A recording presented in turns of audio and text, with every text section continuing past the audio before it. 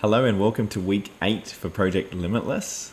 And last week we covered purpose and we took a deeper exploration into what is purpose. How do you get deeper, more deeply connected to your purpose in a way that goes beyond just feeling like you've got to intellectually have an answer for it, and something that connects you with a deeper essence of what life is really about. So yeah, purpose is a core pillar of clarity. As you remember, we touched on the 3 pillars of clarity.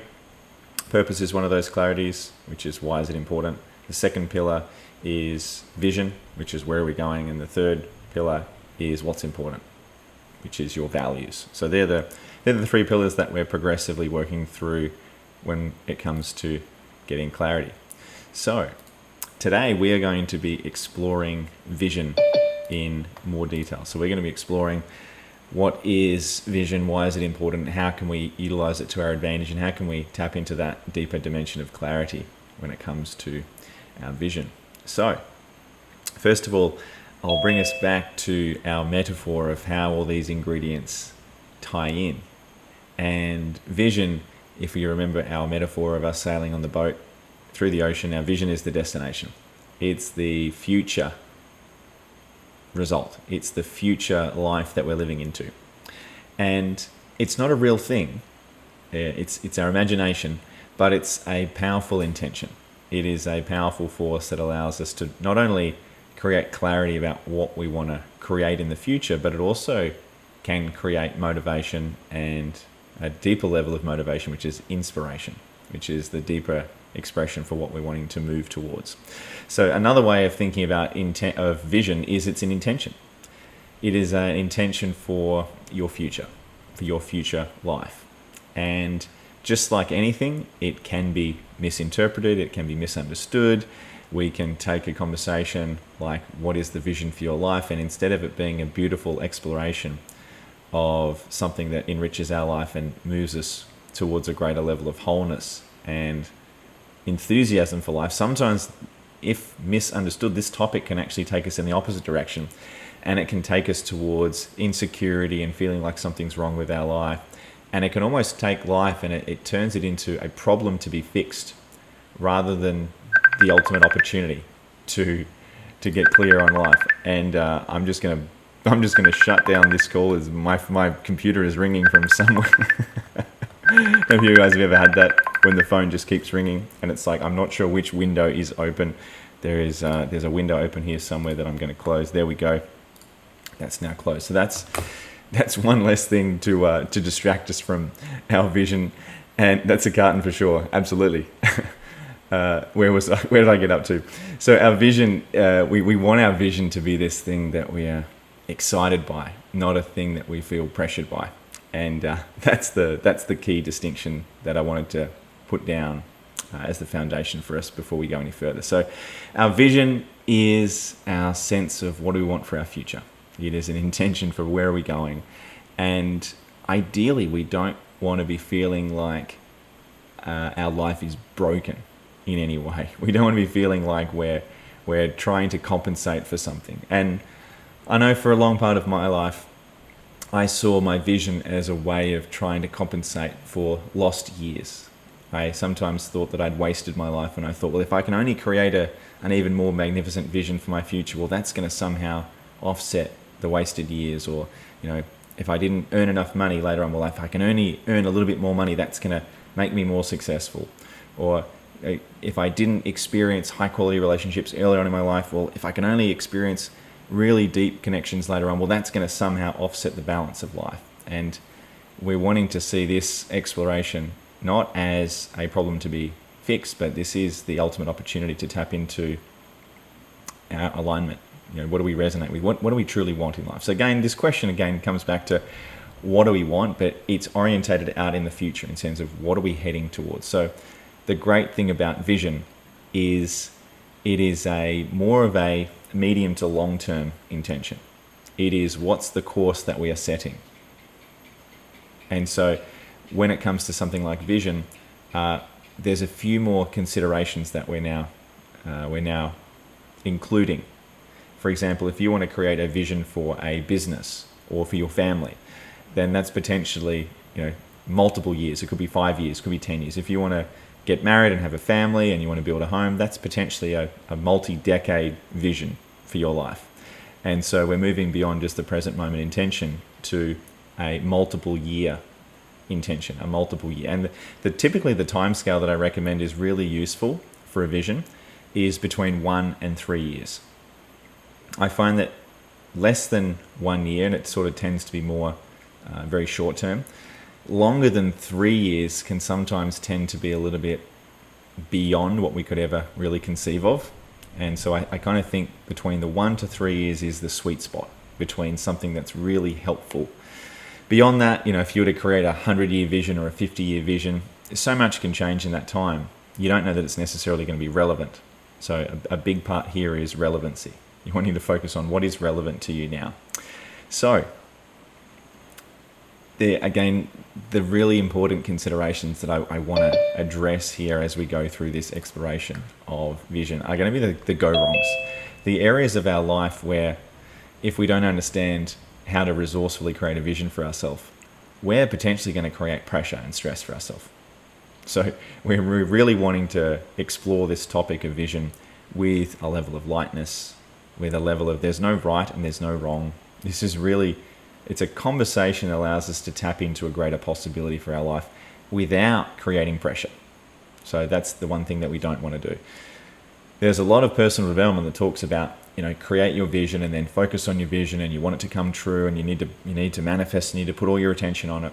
And what that can do is if you're focused too much on the vision, you get taken out of the present moment.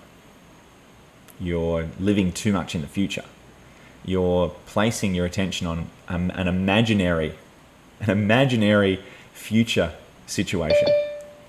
Now that's not necessarily a problem, but let me know if you can resonate with, if you spend all day, every day visualizing an imagined future and you're wanting to escape the present moment and somehow get into a future, that is unconsciously telling ourselves, well, my life's no good, there's something wrong with it, we've got to change it. So we're really wanting to move beyond this notion of my life's broken, and we're wanting to move into the notion of, well, look, there's an opportunity for enrichment and enhancement. What is that? So that's really the core message that I wanted to lay down to begin with. So it's not about being attached to this idea, because our vision for our life is just an idea. That's all it is. I would recommend writing that down. Your vision for your life is just an idea. Now, it can be a very important and a very useful idea, or depending on how you set up that idea, it could be a really scary idea where you're worried about it, or you're insecure about whether or not that idea happens the way that you wanted it to. So your vision is simply using your imagination. Now, you can use your imagination to your advantage, or you can use your imagination to your detriment. And a good example there of using your imagination to your detriment would be fear.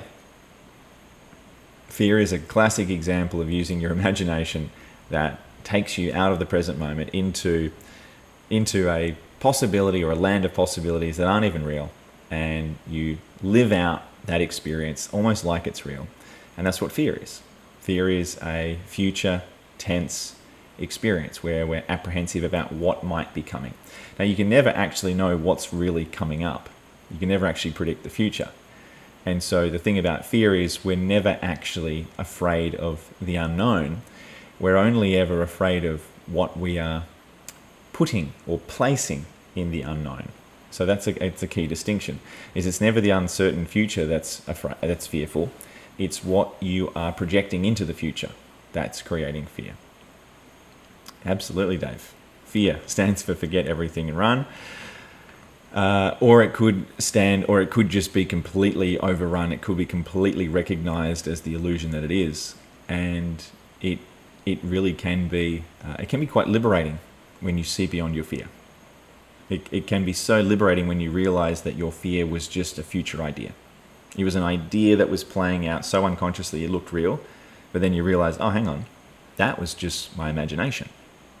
So I would recommend writing this down as well. Your fear is your imagination. That's what fear is. It is a use of the imagination. But if you don't know that it's your imagination, it's going to look real.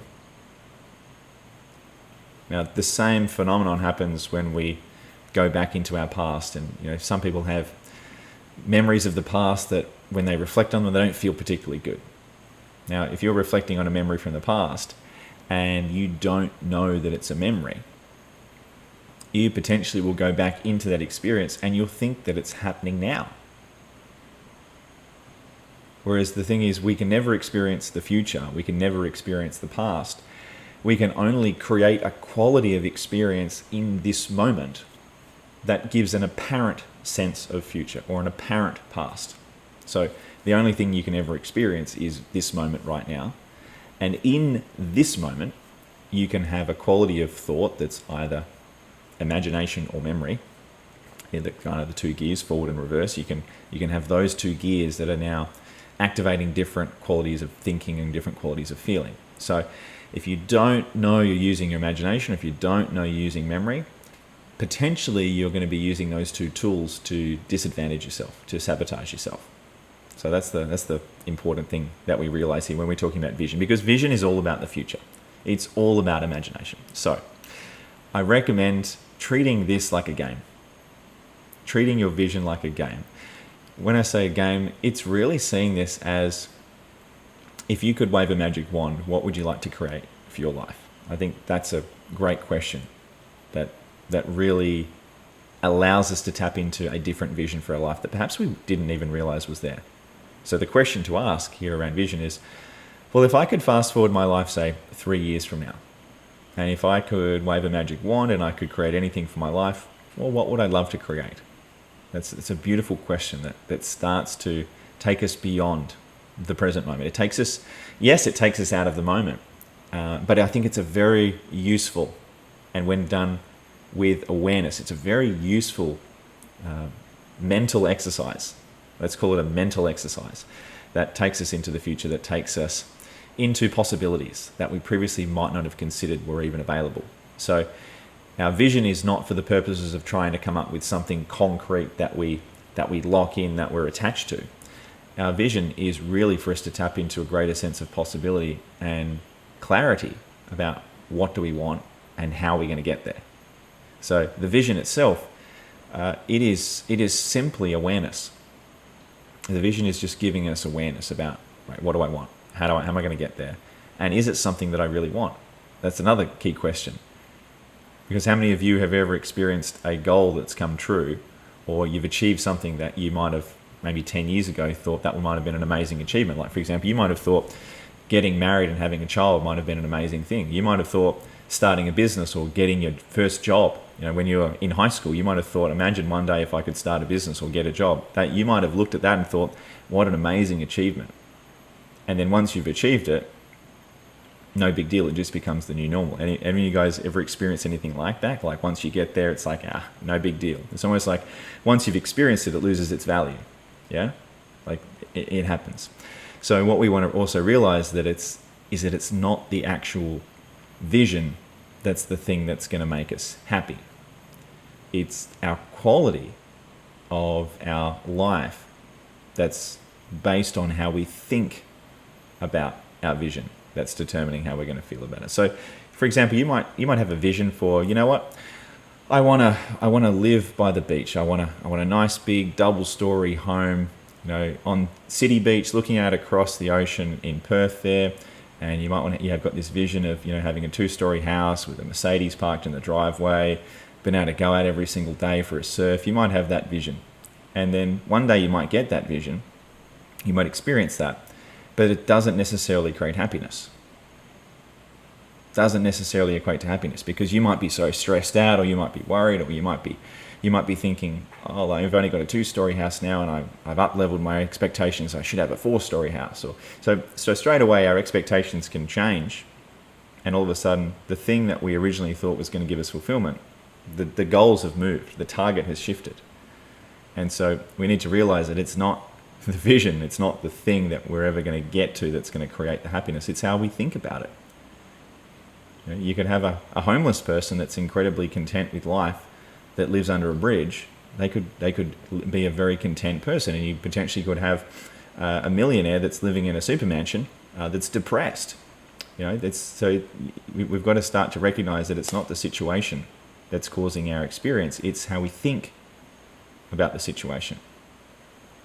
So that's always the most important thing when we're exploring this conversation, is realizing it's not the goal that's going to create your happiness or your sense of fulfillment. It's the quality of thought that you generate about that. So we're sort of approaching this from two angles. We're saying, well, look, if we can create the life that we want with the magic wand, what will we create? But then we need to also temper that and balance that with, well, regardless of how close I get to that vision, how can I enjoy my life anyway? So it comes back to this question of, what do I want? But on the journey to getting what I want, how can I also live in a state of ease and a state of acceptance and gratitude for my life? Right? So it's both of those forces are really important to have, because if you just have the vision and just have the goal, you can spend your whole life wanting to get to the goal, and then you're happy for a micro moment, and then so you've spent maybe 10 years working towards this goal of feeling insecure or inadequate or unsuccessful, and then you eventually get there and it's like, great, I've now made it. And then you might experience that for a day or a week, and then you've just up-leveled your expectation again. And so you might spend another 10 years looking for that success, looking for that feeling again, when the whole time it was just within you. It was just a quality of experience that you could have accessed on demand by understanding the nature of experience, rather than feeling like the goal is going to create that feeling. It's realizing, no, the only thing that's creating that feeling is our quality of thinking, our quality of perception. So this is a really important reflection or important awareness before we go any further into creating our vision. So I trust you resonate with the important frames that I'm kind of laying down here before we go charging off into the distance to create the life of our dreams, because there is so much suffering that gets created in the world of personal development. There's so much striving and almost forcing to get to the result, to get to the vision. And it's not a particularly beautiful way of living, always focusing on the future and the outcome, and then striving and forcing and hustling and thinking, well, if I can only get to that thing, then someday I'll be happy. It's about learning to enjoy the dance, enjoy the process of getting to the vision, because the vision is always going to be something that's out there in the future. And as soon as you've got to your vision, there'll be another vision. There'll be another goal. There'll be something else further. That's just the nature of being human. We're always up-leveling our sense of aspiration. There's nothing wrong with it. That's just part of the human condition, is we're always up-leveling our aspiration for life. A big part of this exploration in vision as well is surrendering to the unknown. You could have real clarity around your vision, and you might know exactly what you want for your life. But life is uncertain. Life is absolutely uncertain. The only thing that's certain in life is that life is uncertain. So if you think you can control or predict your life, you are going to be always at the mercy of insecurity, because you'll be trying to control life to feel like, if I can just get life to look that way, then I'm okay. But it's got nothing to do with, like, feeling happy and feeling joyful and feeling fulfilled it's actually got nothing to do with the situation of your life. It's to do with how you feel about the situation of your life. You could look at 100 different people who all have the same situation, the same job, the same career, the same bank balance, the same car, the same house, and you've got 100 different experiences of life. Some of them are happy, some of them are depressed, some of them are stressed out, feeling like they've got to strive, and they're all different. The only thing that's different is the perception. Their perception is different. So you are walking around, perceiving your reality moment by moment, making it up moment by moment. So you are looking at the facts of your life or the situation of your life, and you are making assumptions. You are creating conclusions. You are making that means something. You know, I've got X, so that means Y. I've got this amount of money, so that means this. Or I've got this particular result in my life, so therefore I'm happy. So we add a whole lot of therefores. If I have this, therefore. That's a classic statement, which is an assumption. It's a conclusion. If I have this, then. That's our mind starting to project things out into the future. If I have this, if I acquire this, then I give myself permission to feel a particular way.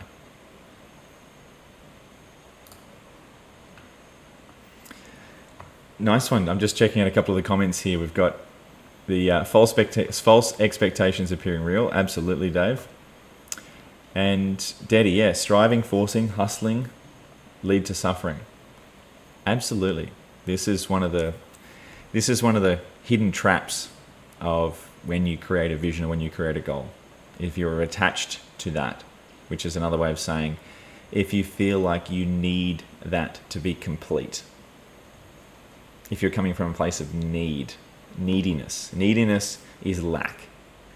Neediness is, this is needed to complete me. So I want to suggest that there is nothing that's needed to complete you. There is nothing that you actually need in this moment. You have everything that you need in this moment. In every single moment. When you're looking at a micro moment, you're complete. When you look out of this moment, yeah, you'll probably find things that are missing. So, but when you're actually in the present moment, when you're not looking into the future or not looking into the past, you're not referencing anything. You're not comparing anything. So the whole sense of need is based upon referencing some idea about life. Like, for example, if you look at your whatever phone you've got, I've got an iPhone. Now, if you see an advertisement for the next iPhone that comes out and you say, oh, gee, I've only got an iPhone 10 and the iPhone 12's just come out. Right, look at the camera on this one and look at that one. All of a sudden, you're now referencing something. So you now create this idea that I need something new or I need something different. Whereas if you are just in this moment and there's no comparison, there's no referencing, there is no sense of needing anything. So there's a real beauty there in going beyond need. When you're truly present in the moment, you realize that there is nothing that's incomplete about you. So the whole idea of need is it really is this idea that gets generated when we start comparing. And so this idea of vision, and it's an idea, the idea of vision that we're exploring today is one where you don't need the thing in your life to come true. You don't need your vision to complete you. It's simply a preference. I'd say that's the key distinction here. Is your vision is a preference for how you want your life to go. It's not what you need to complete you. It's just a preference for how, if you could choose what you wanted, what would you have? So the word preference there's a lightness to that word. Your preference is, do I want A or B? Do I want to watch this movie or that movie? There's a real sense of lightness. There's a real sense of freedom of choice.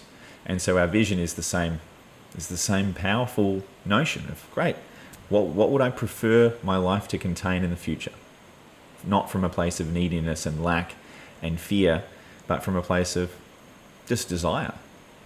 So desire and preference and what is it that we're in alignment with? What do we resonate with? Beautiful there, Dave. Gold nugget from CJ. Thank you.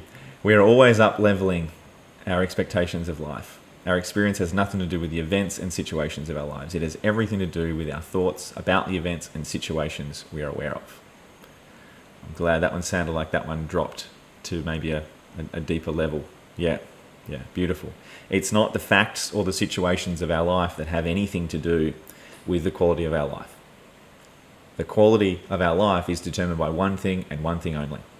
The quality of your life is determined by the quality of your experience. The quality of your experience is determined by the quality of thought taking form in each and every moment. Whether you have absolutely no possessions or whether you own everything in the world, that is not going to determine whether you have any sense of satisfaction or fulfillment. What's going to determine your fulfillment is having fulfilling thoughts, fulfilling perceptions. If you live in a state of gratitude and appreciation for what you've got, it doesn't matter what you've got, you'll experience more joy and more happiness. So again, it's a mind game. It really is a mind game. This whole thing is a mind game. So we need to really wake up to the fact that if we think that the outside world is going to be producing the feelings, well, we're going to be living in a world of I'll be happy when. And that's a game that is very, very difficult to win. The I'll be happy when game is a game that lies outside of the present moment. It's a game that cannot be won because it's a game that's built in imagination. It is a game that now relies on a period of time to transpire and for facts and things to change, for us to seek a feeling. And that's just an illusion, because the feeling is available in the moment, and that's the only place the feeling is ever going to be available, is in that moment when the quality of your perception of life shifts. So there's two types of transformations. There is the external transformation of your reality and facts and the situation of your life. That's one, the external transformation. So your bank account changes, your house changes, your car changes, your body changes. That they're all the external things, the situation of life that changes. The second type of transformation is your mindset, or your perception of life changes. Now, have a think about which one of those is more powerful. The first type is where you're trying to change things out there. Now, that requires energy, that physically requires time, that requires resources, that requires things to occur. The second type of transformation, which is your inner transformation, that can happen instantly. That is a perceptual transformation where you might be feeling insecure about your job. And you might think, if only I could change my job, I would feel better. If only I could get that promotion, then I'll feel successful. Or you change your mindset and you go, regardless of whatever job I have, I'm going to shift and transform my whole sense of identity and my sense of living in life such that I'm already successful. So one is an internal shift, one is an external shift. And yes, we're in Project Limitless here, we're all about playing with both the external transformation and the internal transformation. But the most powerful transformation, and the one that's the most valuable, I believe, is the internal transformation. Because when you transform how you see reality, the outer world is less valuable to you. It's less significant to you. There's less need to try and change the world out there because you've already changed your inner world.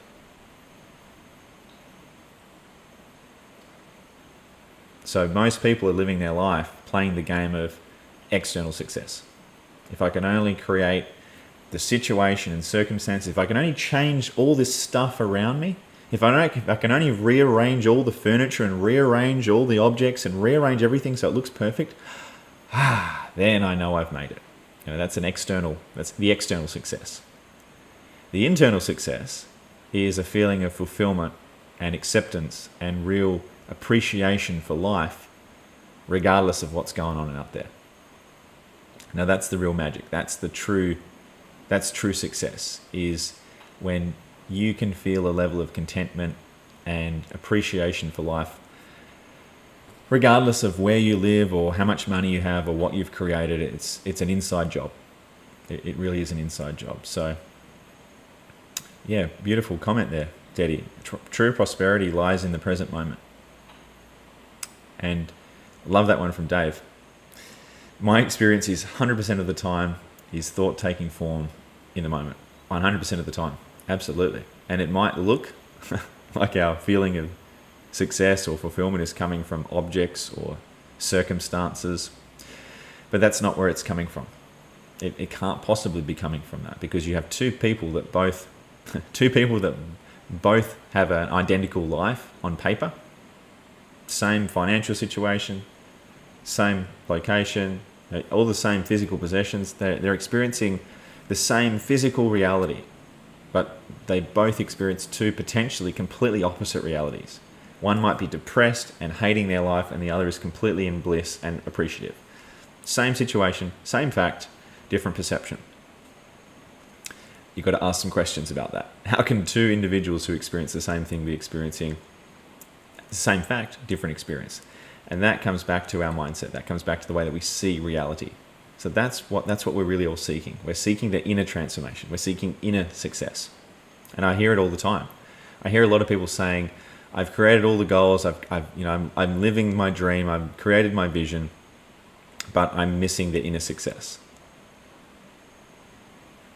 I'd love to know if you guys can relate to that on some level, of knowing at some point in your life, you've created what you set out to, but there's a sense of something missing.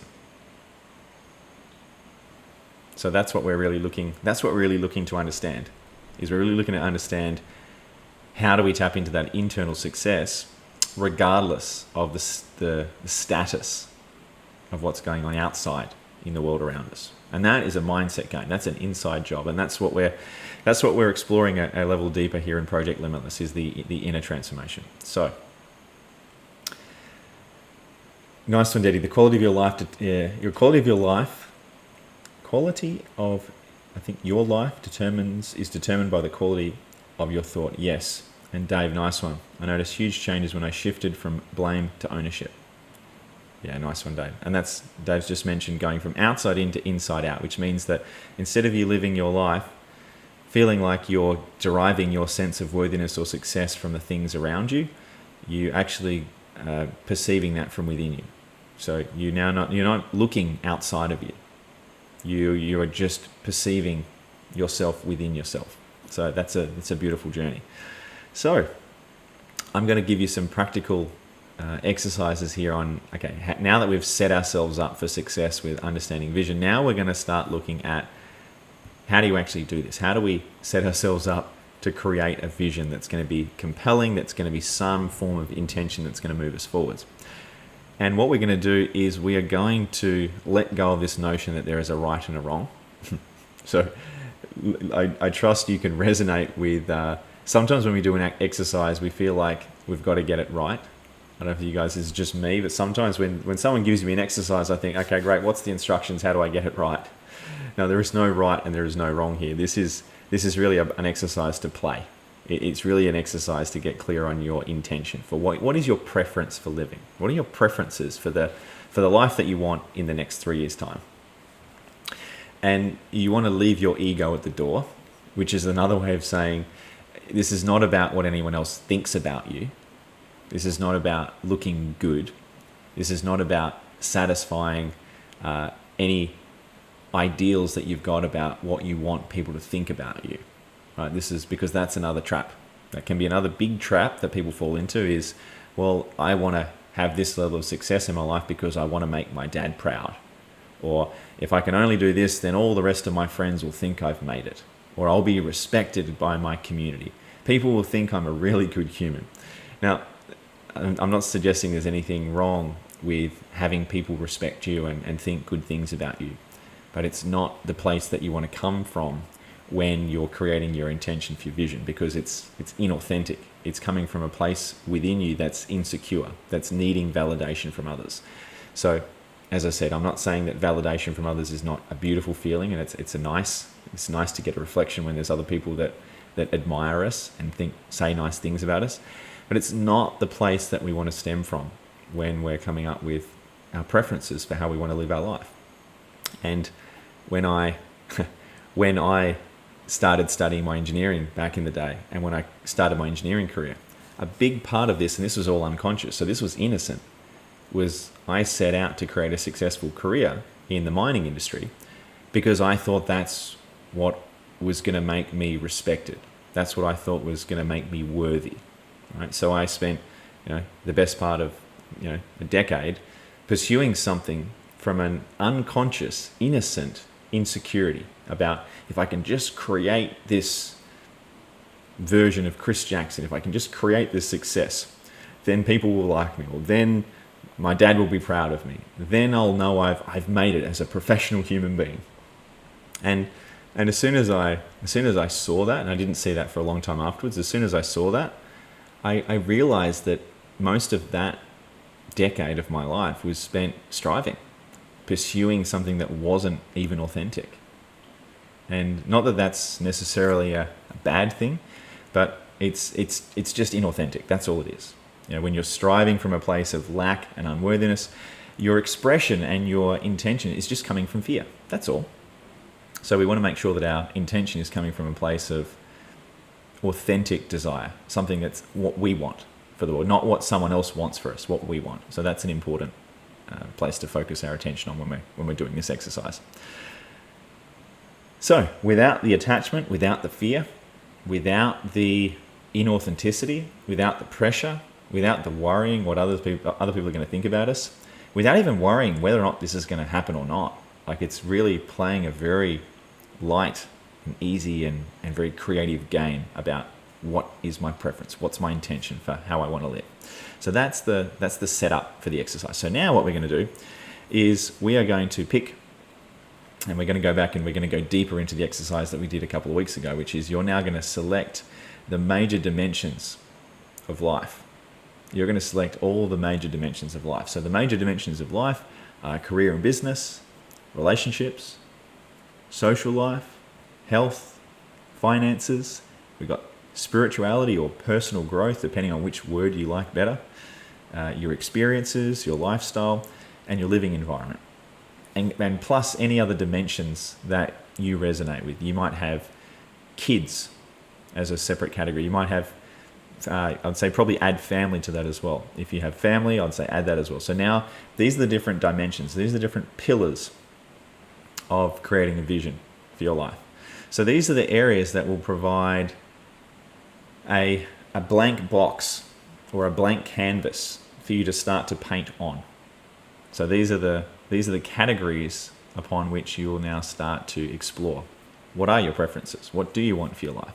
And so the questions under each of those categories are going to be things like, what do you want to create for this area of your life? If you could wave a magic wand in this area of your life, what would you create for it? For example, you might look at your health. You might look at health and say, yeah, great. What's my ideal health? Okay, great. Exercise, a particular body size, particular number of days of the week of exercising. Do I want to do yoga? What kind of food do I want to eat? How do I want to treat my body? What level of energy do I want? Etc. You might look at your career and you might want to say, you know what, in the next 3 years, I would like to be, I would really like to be the CEO of my organization, and I would like to have become a really powerful leader.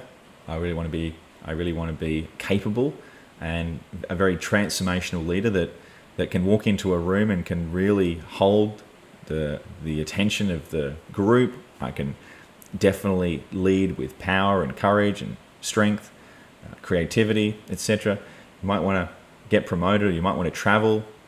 You might want to even develop particular products or different divisions of a particular business. You might have a particular area of expertise that you want to explore and become world-renowned for. So this is where there are no limits on this, and you want to again ask that question, if I could wave a magic wand, what would I like to create for that dimension of my life? By asking that question, if I had a magic wand and I could wave it and anything is possible, what you're doing is you're bypassing any of the limitations of the mind. You are moving beyond the rational part of the mind, which says, how could you become CEO in 3 years when the last CEO, took him 25 years to get there? That kind of thinking is referencing limitation. It's referencing the past. It's not referencing the infinite potential of this amazing magical universe. So we're wanting to go beyond that. And then once we go beyond that, that taps us into greater opportunities. So those are the different dimensions that you're going to go through. And with each one of these dimensions, you're going to reflect on each dimension. And I want you to allow yourself some space to really reflect and be imaginative. Now, what I mean by that is, for most people, they would see an exercise like this and they would be really realistic. I don't want you to be realistic. I want you to treat this like a game to see how high can you elevate yourself, not in terms of trying to strive for something that's inauthentic, but you want to come up with something that's really deeply in resonance with you. It's about resonance and authenticity. So it's not about magnitude. It's not about, for example, you might be in a business or in a company and you might be thinking, well, I want to get to the top. And it's like, well, do you really want to get to the top? Or do you want to get to a position where you can be the most you? You can have the most self-expression. You want to have the most impact. And that might not be the CEO. That might not be the director. That might be the creative director or the HR manager, or that might be, you might even not even be part of the company. You might even outsource your services to the company as a consultant. You might even start your own business. So it's moving beyond this idea of hierarchy and level. And I think they're some of the most powerful questions is, what's my highest alignment? What's my greatest resonance? What are the areas of my life that I'm drawn to that feel the most authentic and the most real? So these are the questions that we're really asking, as opposed to how much can I create and how big can I make it and how impressive can I make it. It's not about that. It's really looking at what's true for us. So beautiful, Dave. Those are some of the dimensions, and you might add your own dimensions of life. So we've just suggested some dimensions for you, and feel free to come up with your own dimensions. You might have particular areas of your life that are really special to you. Like, for example, you might be really into martial arts. That might be a dimension just on its own. You might have a very, very special relationship with a friend. You might have your best friend as a category of like wanting to enrich the relationship of your best friend. So there's no limit to this. Really it's up to you what dimensions you want to kind of chop your life up into, in terms of like chopping them up into little segments so you can get clearer on them. But it's this level of precision that leads to a greater level of clarity on, okay, great, what do I want? How do I get there? So they're the categories. Now, what's going to happen here is, as you reflect into each of these categories, you are most likely going to experience not most likely, you will definitely experience a gap in the reality that you are currently experiencing versus the reality that you are intending on creating. Now, when you do this, you want to do this over a 3-year period. So you want to imagine 3 years from now, what do you want to be creating in that dimension of life? Now, of course, there's going to be a gap there. You might say, I want to take my business revenue from $500,000 to $1 million. You might want to double your income over 3 years. Now, when you look at that gap, typically what happens is you are going to probably feel something. You might feel some kind of limitation. You might feel inspired. You might feel awesome. I got that. Or you might also notice, ooh, I don't know how I'm going to do that. Or is that even possible? Or I don't know anyone that's done that. Like, is that realistic? So these are the natural questions that will come up. And so I just want to check in to see if that resonates when you come up with a goal, or when you come up with something that's maybe a little bit audacious. That's when your ego, and that's when your limitations are going to be reflected back at you. Now, that's not a problem. That's actually expected. So as you're coming up with your vision, yeah, you're going to have some inner dialogue that might be saying things like, who are you kidding? How are you going to get there? Like, are you even good enough to do that? Or, yeah, right, who are you kidding? Like, there's potentially a lot of this stuff that the mind will throw up at you. And at the same time, some other things would be, your mind might throw up things like, oh, wow, okay, we can definitely do that. That's definitely achievable. I know my friend Joe, who's done exactly the same thing in the last 3 years. Great, too easy. I just need to catch up with him and find out how he did it. So potentially there'll be limitations, and potentially there'll also be insights and opportunities, and you'll be thinking, oh, how would I do that? So the very notion of when you create a goal for yourself, it's going to stretch you. When you create a vision for yourself greater than yourself, it's absolutely going to stretch you, which is a good thing, because what it's doing is it's bringing to your awareness the limitations. By you having the audacity and the courage to create a vision for yourself that's greater than where you're currently at, it will illuminate insecurities, it'll illuminate limitations, it'll bring up limiting beliefs, it'll bring up fears, it'll bring up doubts, it'll bring up all of that. And that's the purpose of it. That's actually the purpose of it. Believe it or not, that's the purpose of this exercise, is when it's to bring up those things that are blocking you or preventing you from tapping into that. So welcome that. Recognize that going into this process requires courage. Recognize that whenever you cast a greater vision for your life, you are going to be shown the challenges and the doorways to open and the corridor to walk down in order to be able to create that. So that's the beautiful part about when you create a vision for yourself, is it will illuminate the stepping stones to get there. And those stepping stones might be skill sets. They might be surrounding yourself with different communities. They might be transforming yourself, getting mentored, getting coached, getting training, doing work on yourself, learning maybe a new language, learning a new skill set. There is no limit to the way and the pathway of getting to your vision. But yeah, your vision will certainly bring up challenges for you, and that's the point. So the key part in all of this is seeing any of the resistance and any of the limitations that come up for you, not as anything to stop you, but as simply being the next step. So the fact that you don't know how to double your income in 3 years doesn't mean that you can't double your income. That just means you might just need to get creative about figuring out, great, what's the strategy that I need to use in order to double my income, right? Because a lot of people, when they get to a limitation, they stop. A lot of people, they'll ask themselves a question. They'll say, well, how do I do that? And they'll ask that question from a very low mood or a very deflated state. And it won't be asked with curiosity. It'll be asked with pessimism. And it'll be like, how do I do that? As opposed to, how do I do that? So there's a difference in energy. There's a difference in intention there that we're looking to tap into. Whenever we come up against any of the obstacles, we're wanting to put ourselves in a state of being, of curiosity. And if there was an answer to this, if there was a way of doing it, how might I do that? So this is a completely different way of thinking. And it's probably the opposite of most logical exploration. We're pointing in the opposite direction here. We're not looking for logic. We're really going beyond logic. We're going beyond everything that you know. And it's in that space that you will have insights. You'll have new realizations. It's like, for example, when they were first thinking about, flying a spaceship into outer space and, sending people up or sending satellites up into space, prior to that being done, most people would have thought that that's never possible. But at some point along the pathway, some point along the journey, someone had an idea. Someone imagined, I wonder if that's possible. All right. Now, Elon Musk is getting close to putting, people out into outer space commercially, so that we've come a long way. We've come a very long way, and it all starts with imagination. And I trust you get the key point here is using our imagination to expand us, not using our imagination to condemn ourselves or to experience insecurity. So that's the tool. That's the effective use of this tool of the imagination. So that is the questions that we're wanting to ask now are, what do I want? And then what's preventing me from getting that?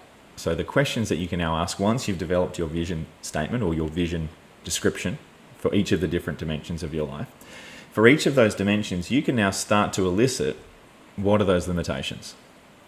What are those things that are either limiting you or slowing you down or stopping you from creating that vision? So for example, let's go back to the example of you might want to get a promotion to become CEO in your organization. And the language around this that you would use, or one of the language statements you can use is, I want to be the CEO, but ... I want to be the CEO, but I'm not intelligent enough, I'm not tall enough, I'm not smart enough, I don't have enough experience, I'm not American, I'm not Chinese, I'm not something. There'll be but some limitation. Now that but is going to help you elicit the limitation. So that's the statement that helps you elicit that limitation, right? So that is going to be a very, very powerful statement to actually ask yourself. And it might seem counterintuitive. It's in the opposite direction to affirmations.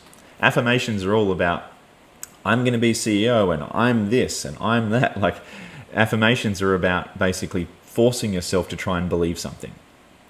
We're not trying to force anything here. We're not trying to get you to believe anything. All we're doing here is we're just saying, if we can expose the limitation and if we can shine light upon it, which is really just explore what's true, that limitation is eventually going to dissolve and it will get replaced with a strategy or an idea or an opportunity or a way forward. So the way to do that is by kind of flipping it. So what we're really going to start by asking is, I want to have this goal, but I'm really not sure if I'm going to be able to create this goal because. or I haven't been able to create this because. So they're the two structural statements that are going to elicit those. I want to have goal, but, or I want to have my vision, but. The reason why I haven't already got this vision is because. Now that is going to elicit some limitations. That's going to bring some things up for you. Now some of those things might be accurate. Now for example, you might say, the reason why I'm not CEO is because I'm lazy. Now that might be true. You might have been a little bit lazy. You might have just not really wanted it. Or it might not be anything to do with the fact that you're lazy. It could have just been, I really just didn't want it. So what we're really doing here is we're really getting to the core of truth. What's the accuracy of that information? Because if it's accurate, if it's true, we want to know about it. And if it's true and we shine light upon it, it will become self-evident that that was actually true. If it's not true, it will start to crumble, it will start to fall away. So some classic examples here around visions might be something like, I want to be in a peak state of physical health and vitality, but, my heritage or my DNA or my ancestors they're not healthy people. And it's like, well, is that really the truth? Is that really what's causing your health? And you start to inquire, you start to challenge the truth.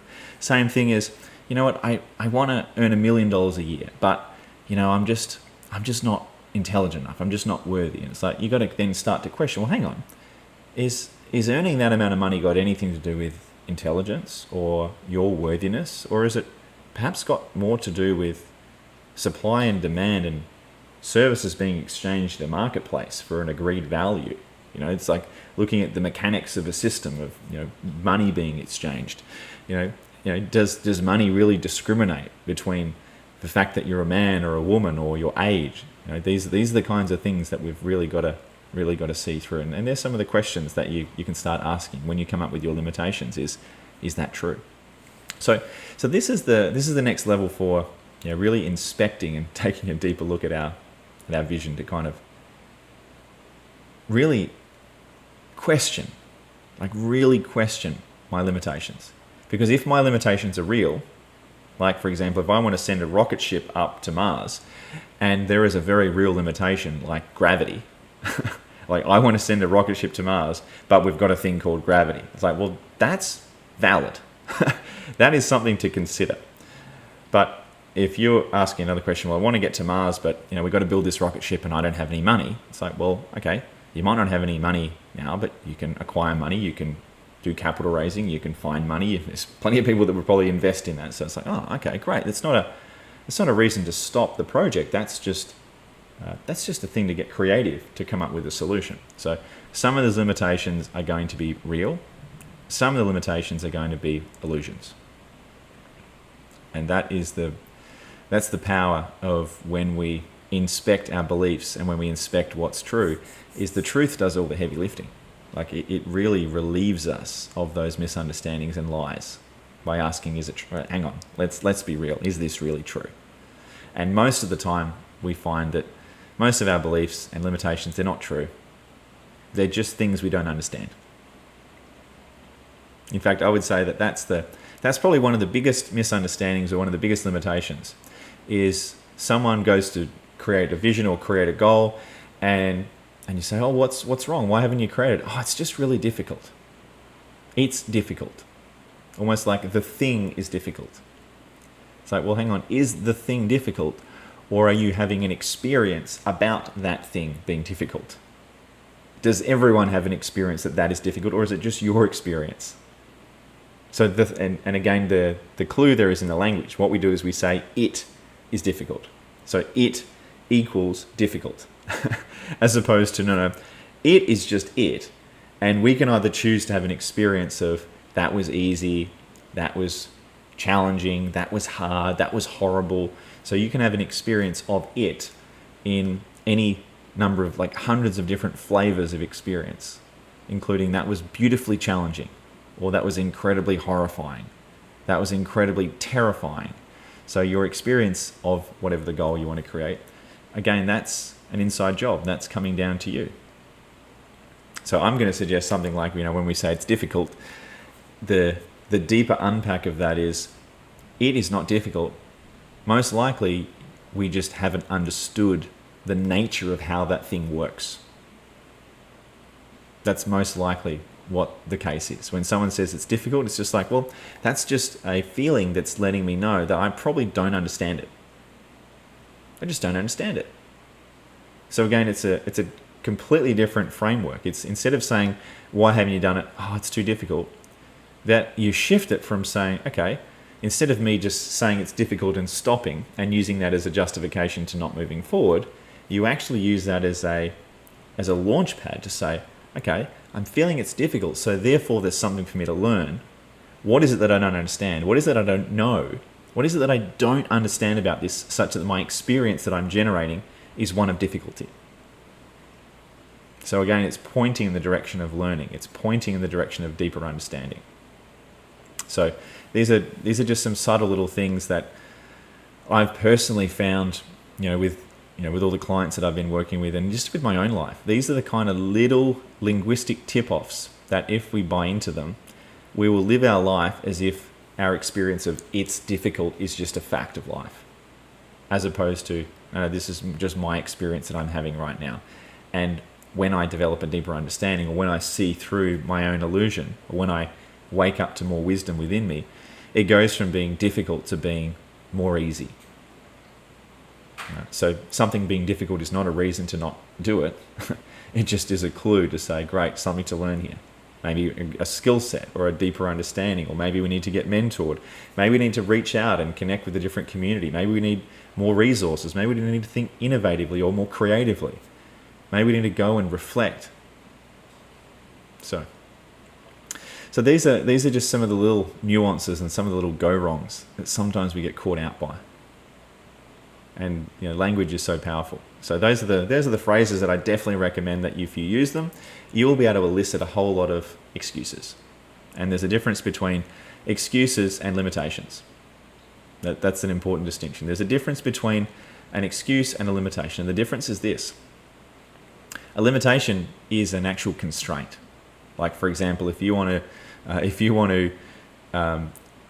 create a car company like Tesla, and you don't have any experience in the automotive industry.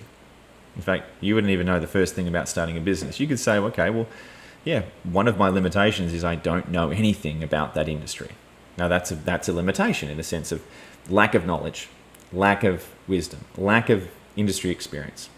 Now, you could take that and turn that into an excuse, and you could say, well, I've got this dream to build this beautiful car company that transforms the face of the planet for environmentally friendly autonomous driving vehicles. And you can say, but I got no idea how to do that. So you could take that limitation and turn it into an excuse just by saying, nah, too hard. Or you could just say, okay, interesting, that's a limitation. That is now an opportunity for me to overcome that limitation. So whenever you see a limitation like that, you can now turn it into an opportunity, or you could turn it into an excuse. So we're doing that from moment to moment, unconsciously. We're literally coming across obstacle or limitation after limitation. But in our mind, we're categorizing and going, oh, limitation, nah, too hard. That's an excuse. I'm going to stop there. Or we take it and we go, great, limitation, what is that telling me about how do I move through that? So really the question under this is, are you seeing your limitations as stepping stones and opportunities to grow? Or are you seeing them as things to give up? Things that are just like, too hard. Nah, I'm not going to bother developing myself or really putting in some work to overcoming that limitation. I'm just going to stop here. You might even say, you know what, I want to get this new job, but I've got to do this training course. I don't have the training. I can't do the job. It's like, well, okay, get the training. Find out, is there a way? Is there a workaround? Is there some kind of other solution? So it's really having a commitment to not letting any limitation become an obstacle. It's seeing every obstacle as your next leverage point, as the next seed that you're going to plant that's going to grow fruit. So really, it's starting to treat all limitations like your best friend. So that's how I see all my limitations now. Whenever I don't know how to do something, I'm asking myself, okay, great. Is there something to learn here? What's the skill that I need to learn? Can I outsource the skill? How can I find a workaround? How can I hack the system? So again, it's coming back to setting an intention that's greater. The power of your intention is greater than the limitation. You will find a way. So the power of your intention, when it's stronger than the limitation, you will find a way. If something is important enough to you, you'll make it work.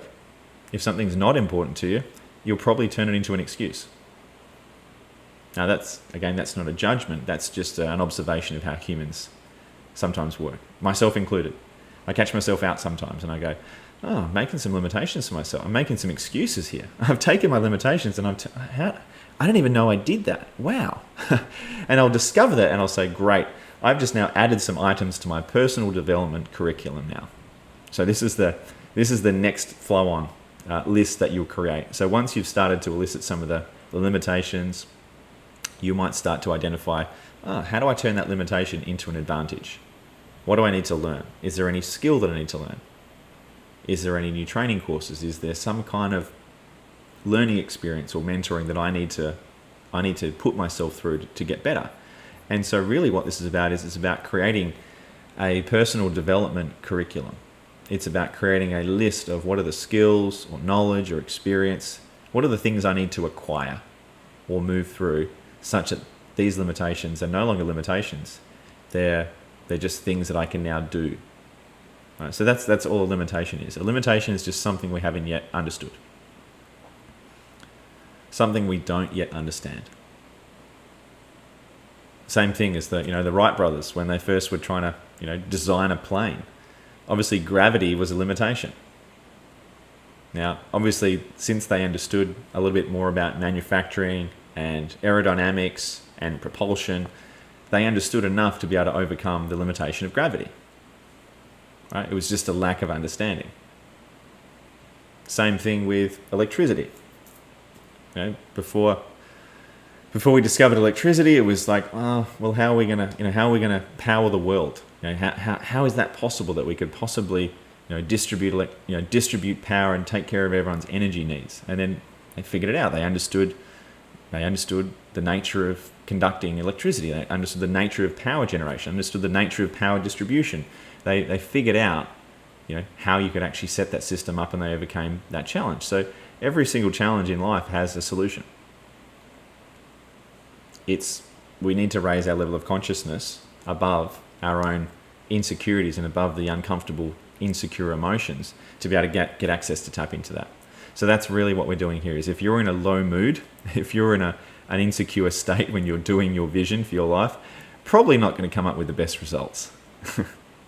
You want to allow yourself to be in a very playful, creative state of ease where you're not making this a real serious thing about life. I've got to get my life right. You're actually going, what would be the most delicious, the most amazing life that I could live? And just imagine that and play with that. Just because it's going to take you into a new space. It's going to elevate you into a place that you've maybe never been before. And when you let go of the idea about whether or not it's going to happen or how it's going to happen or how likely is that, you actually find you tap into a greater level of wisdom. And you'll actually go deeper into uncovering some of the limitations and some of the limiting beliefs that you've got about it. So it's a great exercise, and I definitely recommend approaching it with a level of humor and playfulness and lightness. Yeah, absolutely. It's this is a game. See this as a game that you're setting for yourself to stretch yourself, where it's a safe game. It's a very, very safe game. What's a vision that I can create for myself where I'm gonna now purge and I'm now gonna become aware of my limitations so that I can now do something about them. I can now move beyond them. So don't for 1 minute feel like you're going to put yourself under pressure now. The whole point of this is to create expansion and lightness and fill yourself up with more love and appreciation for life. That's the point of this. We're not trying to go down the path of I'll be happy someday when my vision happens. Really, this is just more about getting more connected to what's important to you, what's in alignment with you, what's in resonance with you, and it just gives you greater clarity. So I trust that resonates from the point of view of, this isn't a serious exercise. This is not life and death. This is not going to determine the happiness of the rest of your life. And I've got to get my vision right, because if I don't get my vision right, it's not going to happen. It's like, no, this is an exercise which if you really apply it Like apply this playfully, but also play full out. Be a bit bold, be a bit courageous with this. Be audacious. You might have this vision that other people might laugh at. Great. Like, if you haven't come up with something that other people are not laughing at, and even if it doesn't make yourself laugh a little bit, or it doesn't make yourself kind of a little bit on the edge of like, gee, that's pretty audacious, then you're probably not playing the game to the full. So I'm going to suggest when we start pushing the limits of possibility, that's when we're starting to really play the game of life. And it's not that we have to create something magnificent, or that doesn't have to pay off. It doesn't have to come true. It's just the very process of us starting to expand our thinking and us starting to put ourselves into the unknown and to let go of this notion of realism. That's when we tap into infinite possibilities and far greater opportunities. So, yeah, tune in and just reflect on, guys like Elon Musk and all these people that are doing all these amazing things in terms of like pushing the barriers of possibility. Do you think they would have ever got to where they are if they didn't consider these types of questions? Like, I wonder what's possible. I wonder if we could send people into outer space. I wonder if we could do this. So it's really coming from a place of wonder and curiosity. So that is going to give you your limitations. And then once you've got your limitations, you're going to now develop your personal development curriculum. Now, you might be asking, great, well, what is a personal development curriculum? Well, this is what a personal development curriculum is. A personal development curriculum is a thing that you determine for yourself. So it is a curriculum, also known as perhaps a list of activities that you design for yourself. So if you look back at school, we all went through some kind of education curriculum. Now, some of those curriculums were more useful than others. A lot of my education curriculum that I went through, particularly in university and a lot of my high schooling, a lot of it was useless. Like, a lot of it was really useless. There was some of it that was really good, but a lot of it was useless. Like, it had no, when I say useless, I don't mean that it was bad. I just mean that it didn't necessarily provide me the highest quality information to be able to thrive in life. What we're going to look at is if you were to redesign some kind of curriculum for yourself, where you were to create the greatest level of understanding of life, and if you were to learn any particular skill set, if you were to gain any particular knowledge, if you were to design and architect your own learning curriculum, what would you go out and acquire in terms of knowledge, skill, experience, wisdom, etc.? So now this is going to include perhaps books, training courses, what are the mentors or what are the thought leaders you want to be following? What are the people or communities that you want to surround yourself in? As well as what are the capabilities or skill sets, things that you want to learn, things you want to acquire. So this is now a deliberate shift in your trajectory of life by asking, well, if I want to create that vision for my life, well, what have I got to learn? That's really the question. If I want to create these results, what do I need to learn? And mixed in with that is, who's the person that I've got to become? Right? So these two things are very closely related. What are we learning in order to create that result, which is more about capability?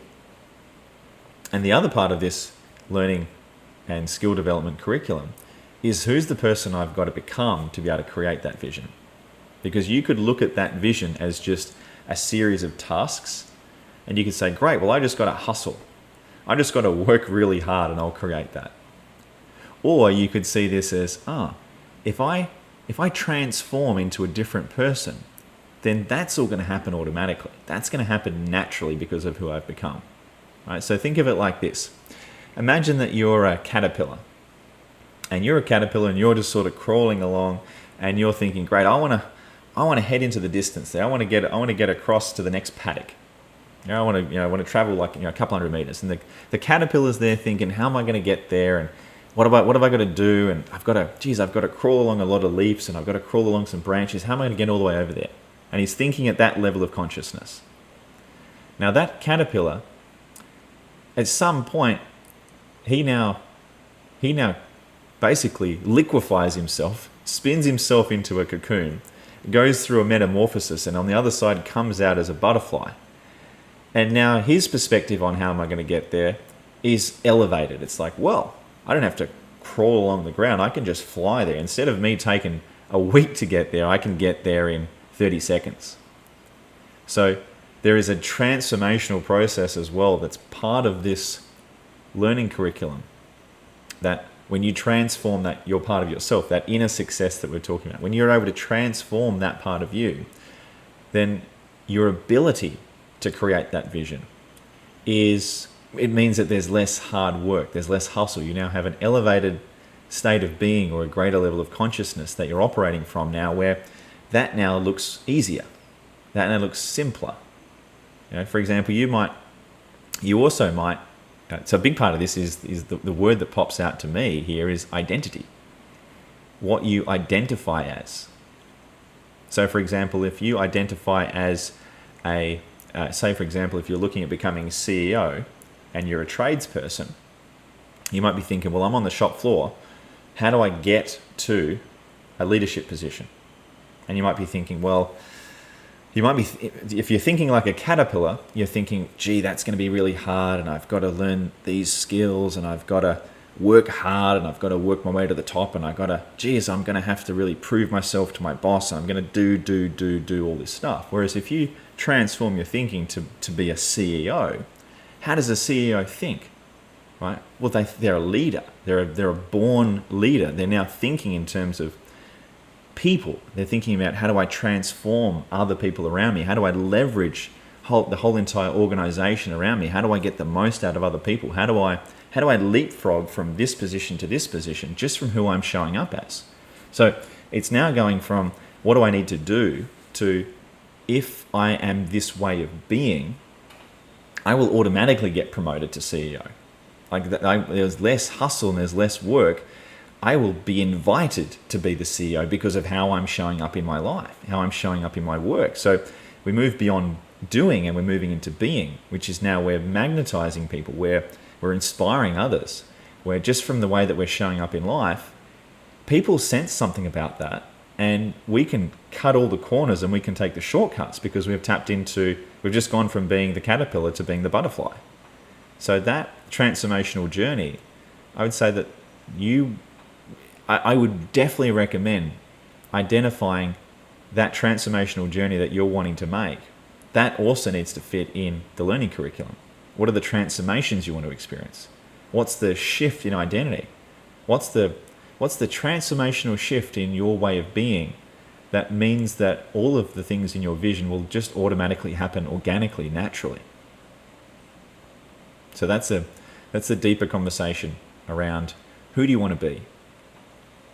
So it's a being conversation rather than a doing conversation. Now, what's also going to come up on that list, I recommend, is what gets measured gets managed. So if you can measure or document any of the fears, any of the limiting beliefs, any of the constraints, any of those challenges that you've got, if you can write them down and turn them into a bit of a plan, well, it goes from just seeing this as an intellectual exercise to becoming an actual project that gets implemented. So for example, you might have done an elicitation on your vision around wanting to double your income in 3 years. And one of the things that might have come up for you might have been, well, you know what, I just don't think I'm worthy. I just don't think I'm worth that amount of money. I just don't think it's possible. Right? Well, those are probably pretty important things to put on your curriculum. Say, great, I've got some issues around worthiness around money. Great. Let's put that on my list of something to work through. That's a limitation I want to pay specific attention to because that's going to sabotage my ability to create wealth. Same thing as I don't believe that's possible. Okay, well, if I've got a belief that says that that's not possible, okay, well, that's something that's worth exploring and getting to the bottom of that. Because if I don't believe that's possible, that's going to prevent me from playing life full out and maybe living the life of my dreams. So that'd be an example of, if you elicit that and you choose not to do anything about it, well, it's going to be an unconscious limitation that's going to prevent you from living your dream. So you've got to take responsibility for that. So what this requires is a greater level of responsibility. So as soon as you become aware of something that's limiting you, if you don't be responsible for that, it's going to sabotage you. It's going to be like an invisible handbrake that's going to slow you down. Now, there's various different ways of taking responsibility for that. So if we go back to the limiting beliefs exercise that we did, that's a good example of when you ask enough questions, eventually the misunderstanding will fracture, it will fragment, and it will start to dissolve more and more. So again, you can take all of the limitations here and you can put it through that limiting belief structure, and you can ask all of those questions, and eventually you realize, actually, yeah, it actually is possible.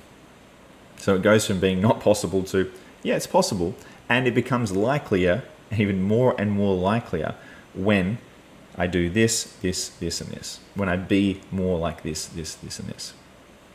So that is a little bit about how to take responsibility for our learning curriculum. And on my learning curriculum, yeah, I've got skill, knowledge, I've got experience, but I've also got limiting beliefs. So anytime I uncover a limiting belief, I add that to my learning curriculum, because that's something I need to learn. If I have a limiting belief, it just means that I have a misunderstanding about how life works. I also add any of the fears or resistances or insecurities that I've got to my list. I don't always necessarily I don't necessarily address all of them, but I've got a list where I document it all and I capture all those things that I'm insecure about or that I'm afraid of, because I know if I capture it, I'm now responsible for that. I can now be accountable to that, because I can now look at my list. I can say, well, hey, Chris, you've known about this fear and you've known about this limiting belief for 6 months now. What have you done about it? Oh, gee, I haven't done anything about that one. Okay, great. I can not beat myself up about it, but I can now say, great, I can be accountable to that. I can reflect on, okay, that's probably something I need to prioritize. So this whole point is exploring what is it that's limiting us and then being accountable to it. So that's one of my recommendations around keeping lists. Keep lists of things that you want to move through. Keep lists of the skill you want to develop. Keep lists of the knowledge you want to acquire. Keep lists of the experience that you want to get. Keep lists of your limitations. Keep lists of your fears. You can even keep lists of your judgments or your triggers. Right? So these are all valuable things to keep a log of, to document as you go through your personal development journey. So that is the framework for this week, which is you're going to go through and you're going to document, you're going to visualize, you're going to expand into what's the greatest vision for your life over the next 3 years. The reason why I picked 3 years is because longer than 3 years, things change. Things change. And it's short enough so that it's inspiring and it's motivating. It's not too short. I think it's a good sweet spot. So step 1 is you want to pick each of the different categories, select your categories. Step 2 is you want to then define what would be the ideal life in each of those categories. So really get descriptive, really find emotive language, really find the tangible aspect of how that would make you feel. And you're going to get clear on what is that for each dimension of life. So what this is going to give you is it's going to fill in all of the different quadrants of your life with, what do you want your life to look like? Now that's powerful. Now, yes, the thing that's going to come out of it is knowing, okay, I've got some limitations around what's going to stop me from getting there. That's great.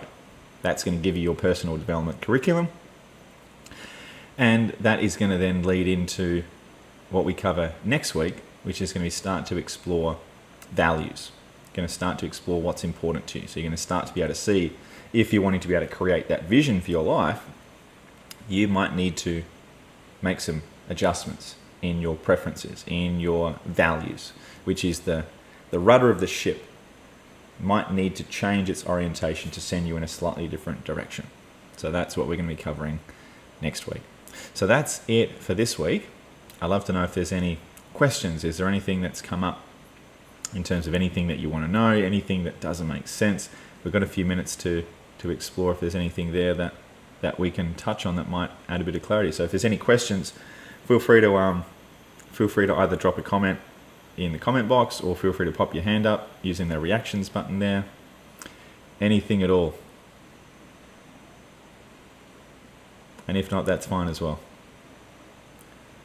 Beautiful. Great. Well, I'm going to leave that with you all. I'm going to give you guys an early minute, and I look forward to seeing your exploration of your vision for your life and seeing how creative, how inspiring, and how playful you can be with no pressure, with absolutely no pressure that there needs to be anything that even comes out of this. But really seeing this as a tool. This is a process and a tool that's going to help you tap into a greater possibility for your life. And also, it's really about preference. What is your greatest preference for your life?